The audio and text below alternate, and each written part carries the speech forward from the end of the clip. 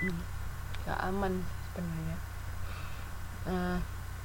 Di sini ada yang namanya WTO, GATT, dan NAFTA itu mengurangi hambatan perdagangan internasional. Ini WTO itu World Trade Organization, jadi yang negara-negara yang ikut organisasi ini harus mengikuti peraturan dari organisasi tersebut. Kayak misalnya mengurangi tarif, maksudnya kalau ada importir itu tarifnya dikurangin, atau kuota barangnya, atau hambatan-hambatan lain untuk barang masuk ke negara anggota itu harus lebih dipermudahkan.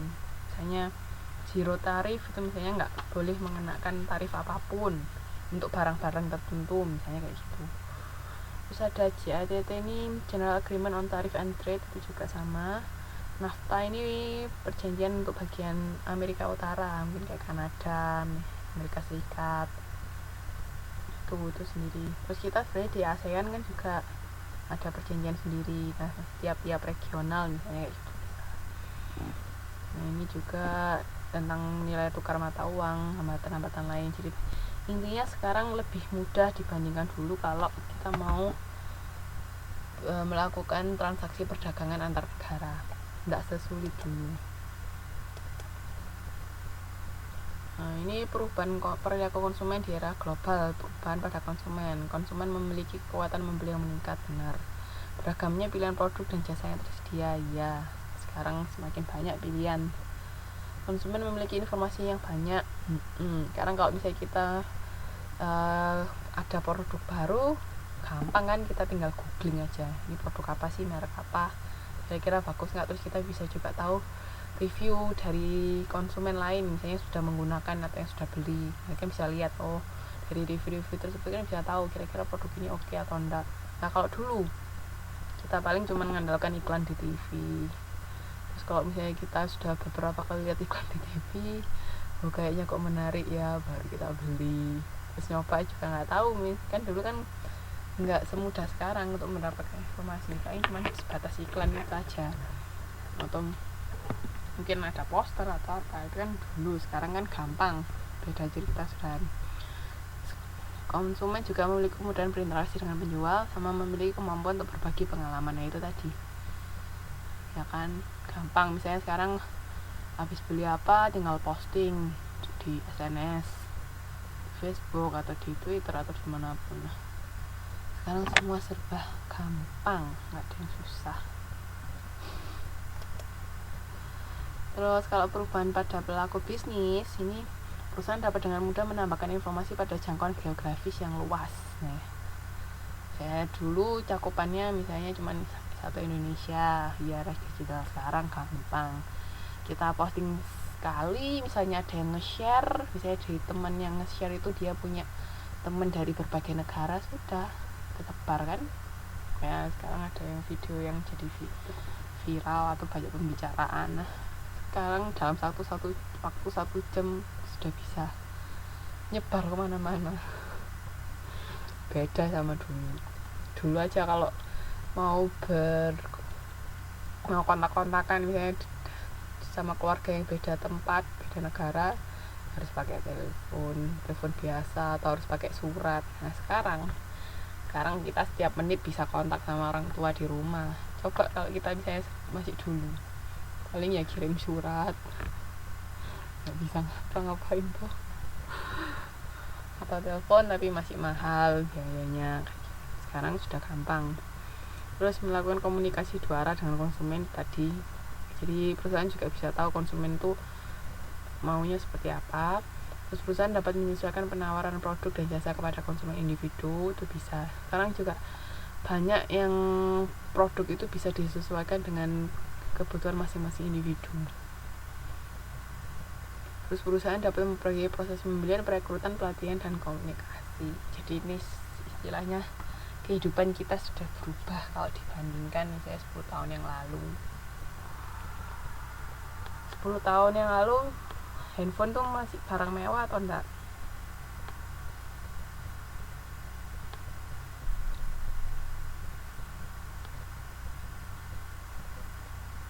Handphone masih barang mewah kan dulu. Sekarang ada nggak orang yang nggak punya handphone?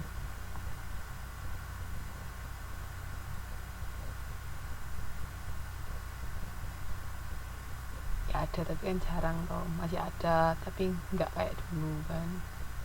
Maksudnya sekarang anak SD lo sudah dibawain handphone, bawain tablet. Kadang tuh ya ampun, dulu SD tuh yang ada cuman mainan. Tapi sekarang anak SD sudah bisa punya akun Facebook, akun apa. Dulu mana kepikiran macam begitu.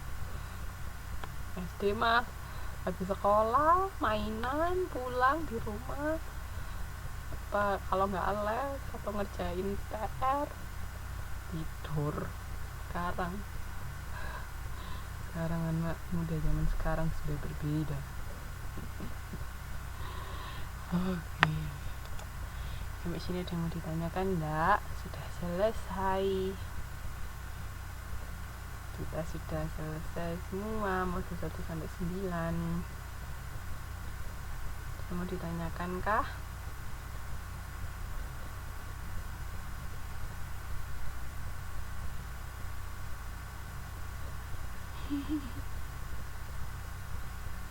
Sudah, Mbak. Ayo kita review dari modul 1 yuk. Ingat-ingat modul 1 tentang apa?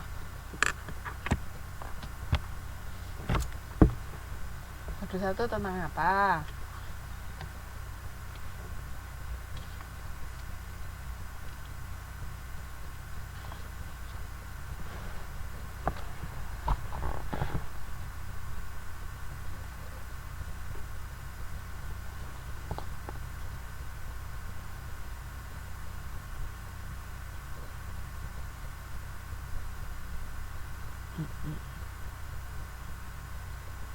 Modul 1 masih tentang peran perilaku konsumen dalam pemasaran ya.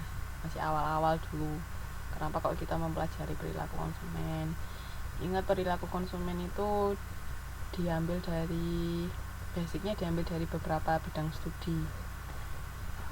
Dari ekonomi, antropologi, sosiologi, psikologi, psikologi sosial kayak gitu. Jadi nggak pure dari perilaku konsumen aja. Itu modul 1 ya, masih ingat toh. Terus modul 2 masuk ke apa?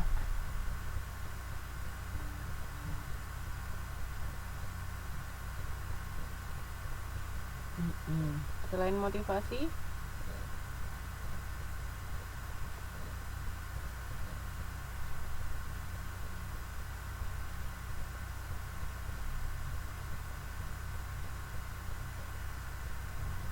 ya motivasi dan persepsi. Jadi persepsi kita tentang sesuatu, tentang suatu produk atau tentang suatu barang guys. Jadi motivasi sama persepsi itu masuk di modul 2. Ini dari bidang studi psikologi, ya hierarki Maslow. Terus habis itu ada nih hierarki Maslow kan ada 5. Terus McClelland juga teori motivasi, kombinasi motivasi. Ada juga ini, ada di sini juga ada STP, ini cuma singkat penjelasannya. Terus kalau persepsi itu tentang kayak memori, ingatan kita, terus perhatian, terus exposure terhadap sesuatu. Misalnya produk pertama kali diperkenalkan seperti apa, kita memahaminya kayak gimana, itu semua masuk ke persepsi. Masih ingat toh? Terus modul 3 tentang apa?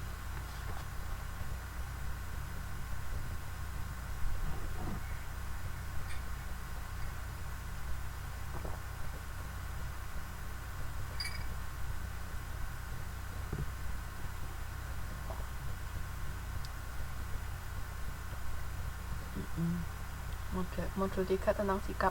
Ini yang banyak model-modelnya.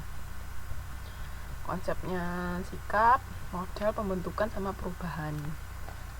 Sikap itu apa? Masih ingat nggak?